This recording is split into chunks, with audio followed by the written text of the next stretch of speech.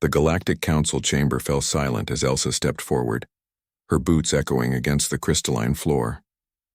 Around her, representatives from a dozen species watched with their various sensory organs, some with compound eyes, others through electromagnetic fields, and a few via methods humanity still didn't fully understand.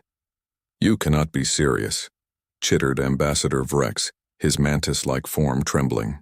"You're proposing to colonize Kepler-7, that death world." Elsa smiled, and several delegates recoiled. Leon, standing beside her, noticed their reaction and made a mental note. Humans smiling still unnerved most of the galaxy. "Death world is a relative term, Ambassador," Elsa replied calmly.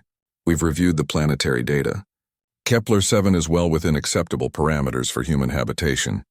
The Vrex's translator unit crackled. "Acceptable? The gravity is 1.3 standard. The atmosphere contains trace toxins. The native predators are manageable," Leon interrupted, pulling up a holographic display. "We've dealt with worse on Earth. Our homeworld wasn't exactly gentle with us during our evolution." A gelatinous representative from the Kelon Collective pulsed an unhealthy shade of purple. "This is why your species disturbs us humans. You speak of your planet as if it were an adversary you defeated, not a cradle that nurtured you." Elsa exchanged a glance with Leon. They'd been preparing for this presentation for weeks, but the fundamental disconnect between humanity and the rest of the galaxy always seemed to surface in unexpected ways. "Perhaps," Elsa said carefully, "we should explain something about human evolution that might clarify our capabilities." She tapped her wrist console, and a three-dimensional model of a human skull rotated above the conference table. She paused at the teeth. "Notice anything unusual?" Leon asked the assembly. Silence, then slowly Ambassador Vrex leaned forward, his compound eyes refocusing. "You have multiple types of teeth. Pointed ones in front, flat ones in back. And those, he gestured at the canines. "Those are for tearing flesh." "Correct," Elsa confirmed. "But notice the molars? Those are for grinding plant matter. Humans are omnivores, Ambassador. We eat everything." The implications rippled through the chamber like a shockwave. The Quelon representative quivered. "Everything, but that's impossible. Our biologists confirmed that apex predators have specialized digestive systems. You cannot be both hunter and gatherer. Evolution doesn't work that way." Leon's smile widened, again that unsettling human expression.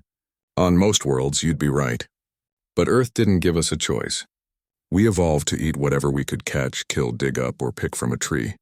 Meat, plants, fungi, insects. Our ancestors survived ice ages and droughts by being adaptable enough to consume anything that wasn't actively poisonous. And sometimes," he added with a dark chuckle, "we even figured out how to eat the poisonous things too." Elsa pulled up another image. A simple restaurant menu from New Tokyo. "This is from last week. For breakfast, I had eggs from birds, milk from mammals, bread made from ground plant seeds, fruit, and processed meat." "Leon, what did you have?" "Seaweed wraps with raw fish, fermented soybeans, and pickled vegetables," Leon replied. "Lunch was synthetic protein grown in a lab, shaped to taste like beef." "Abomination," whispered a crystalline being from the far end of the table. "Your species consumes organisms from every biological kingdom. How is your digestive system not in constant rebellion?" "Oh, it is," Elsa admitted with a laugh. "Humans have countless dietary restrictions, allergies, and intolerances. But here's the thing, we figured out workarounds. We can't digest cellulose directly. We cook our vegetables to break down the cell walls. Lactose intolerant? We invented pills for that or just removed the lactose. We even learned to process poisonous plants like cassava through elaborate preparation methods." Leon brought up a new display showing human agricultural history.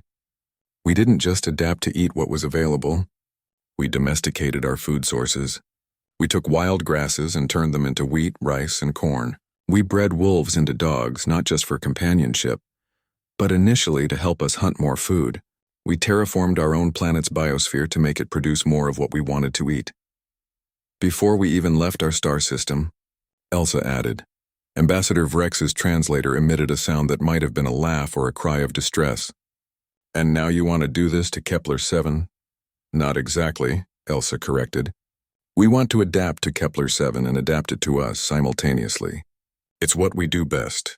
Yes, the gravity is higher, so we'll grow stronger. The predators are dangerous, so we'll learn their patterns, maybe even domesticate some. The native plants are unfamiliar, so we'll study them, crossbreed them with Earth species, see what thrives. Leon pulled up footage of Earth's diverse environments: the Sahara Desert, the Amazon rainforest, the Arctic Circle, volcanic islands. Humans live in all of these places. We've built cities in swamps, on mountains, in tundra, and on fault lines prone to earthquakes. We eat everything, live everywhere, and adapt to anything. It's not that we're particularly strong or fast or long-lived. It's that we're stubborn, Elsa finished, and we refuse to let our environment dictate our limitations. The chamber remained quiet for a long moment. Finally, the Quellon representative pulsed a resigned blue.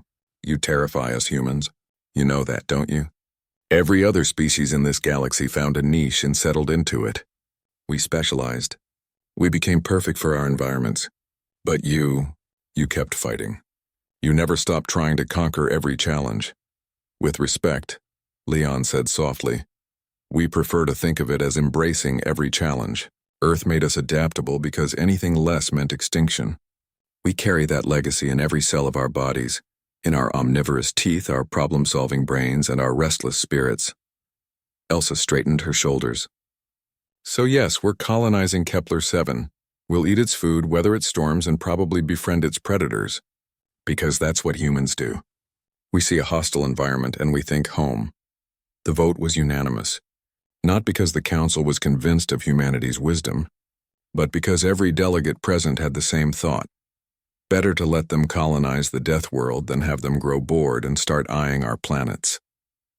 As they left the chamber, Leon muttered to Elsa, "Did we just scare the entire Galactic Council?" Elsa grinned, that predatory human expression. "Absolutely. And now they know. We eat everything, and